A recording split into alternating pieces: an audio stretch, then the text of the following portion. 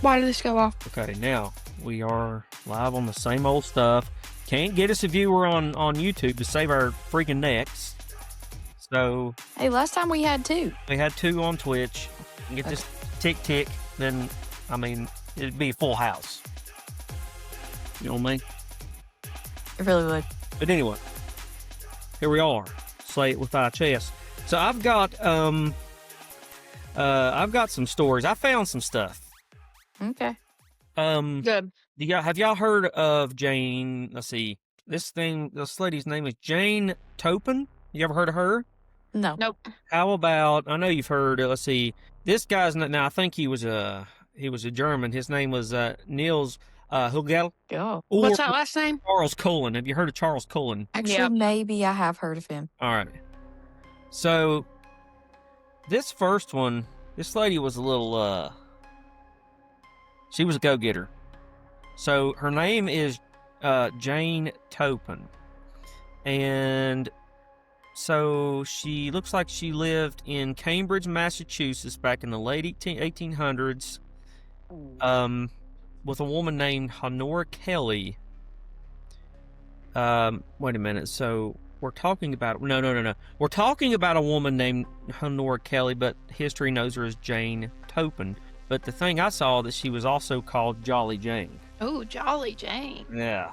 So on the surface, Jane was a perfect nurse. She was jovial, bright, incredibly friendly. But like I said, her nickname was literally Jolly Jane. They said the patients loved her, the doctors trusted her. Said that she didn't seem to have a mean bone in her body, but that jolly persona was a mask, basically. Said she didn't have a happy start. Said she grew up in an orphanage after her father, which was a local tailor, eventually went insane and sewed his own eyelids shut. Oh. Jeepers Creepers stuff. You ever seen Jeepers Creepers? Yeah, it's Yeah. scary.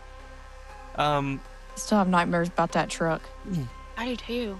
mean, that's pretty traumatic. So he sewed his own eyelids shut. So she was eventually an indentured servant to a wealthy family, the Toppans, and she took their name, though they never actually adopted her. So that resentment of being less than of being a servant festered in her. So when she got into nursing school at Cambridge Hospital, she found herself a weapon.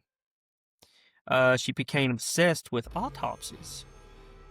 She didn't want to just cure, but she wanted to understand the mechanics of death. So her methods says they were terrifyingly scientific. So she treated her patients like guinea pigs.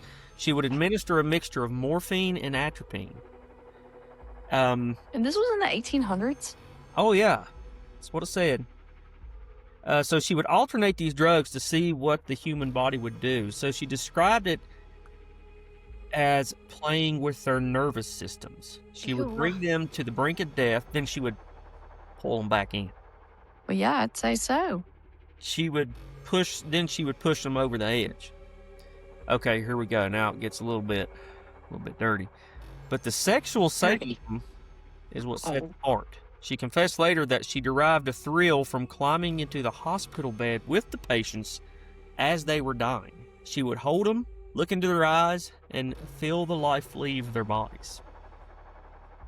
She wasn't there like this until she moved to the sector and wiped out an entire family, the Davis family, in 1901. Lord. When she was finally arrested, she didn't deny it. She proudly confessed to 31 murders, though the real number is likely much higher. And her goal, she told police she wanted to be known as the woman who killed more helpless people than any other man or woman who ever lived. Jolly Jane. What do y'all think about Jolly Jane? Jolly Jane's crazy. Yeah. Imagine you're just laying there dying and she's like this. Yeah, she's looking at you like this. Yeah. I'm like guppy breathing, like. And she's over there with a little smile on her face. She's like, here's some more morphine. And she can throw it at her. Atropine. Gosh, that's messed up. That is messed up. I've never heard of her. Where'd you find that information? I was just searching around for some pretty sick nurses out there, and it looks like there are. That's one of them. There are. Jane, one of the earliest ones. 1800s.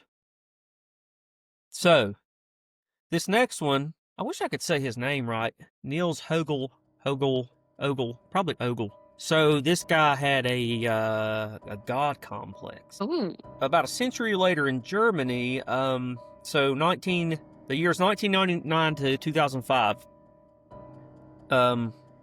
So it wasn't a case about hate; it was a case about mercy, or boredom and ego. So this fella worked in clinics in Oldenburg and Delmenhorst, wherever that is. By all accounts, Hogel was a man who needed to be in the center of attention, so he struggled with the routine, the mundane aspects of nursing, changing sheets, checking vitals, wiping buttholes. Didn't give him the dopamine he craved. So apparently he loved the code blue moments.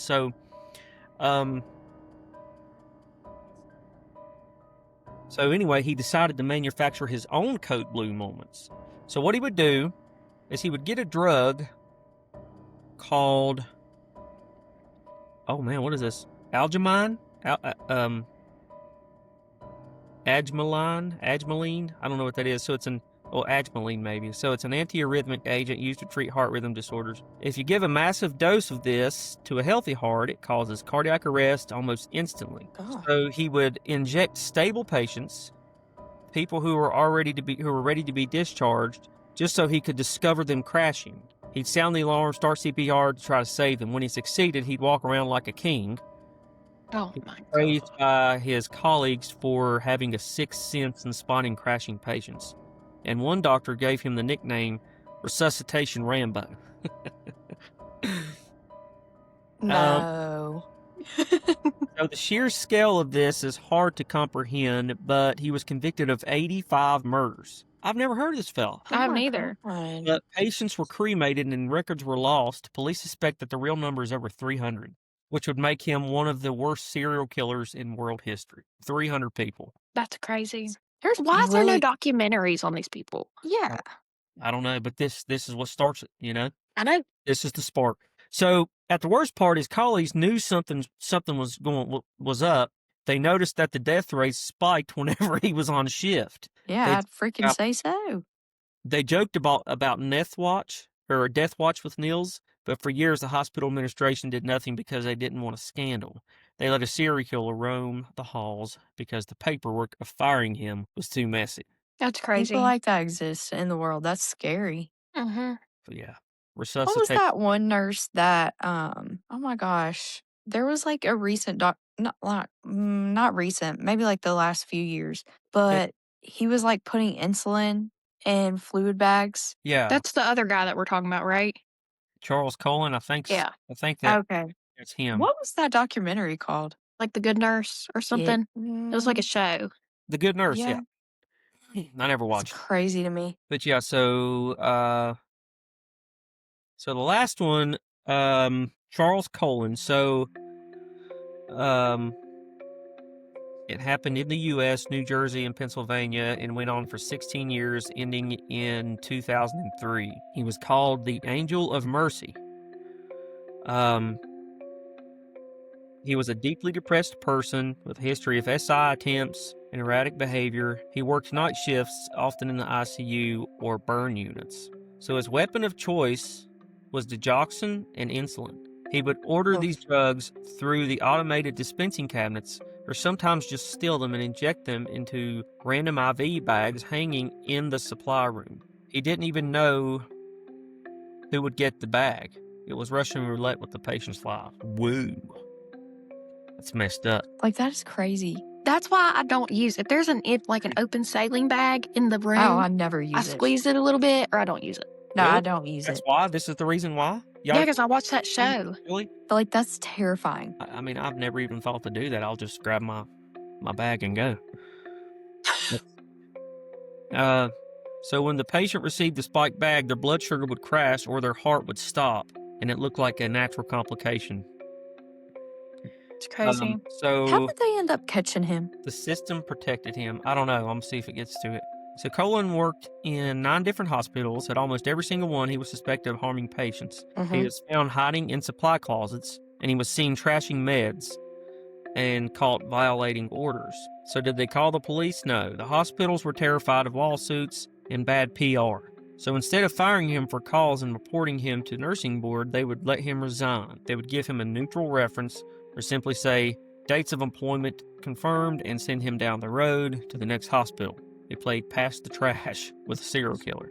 That's crazy. It took a fellow nurse, Amy Lugren, working with detectives and wearing a wire to finally get a confession out of him. And he admitted to killing 40 people, but experts who have analyzed his employment history believe the number to be closer to 400. So he's serving 18 consecutive life sentences.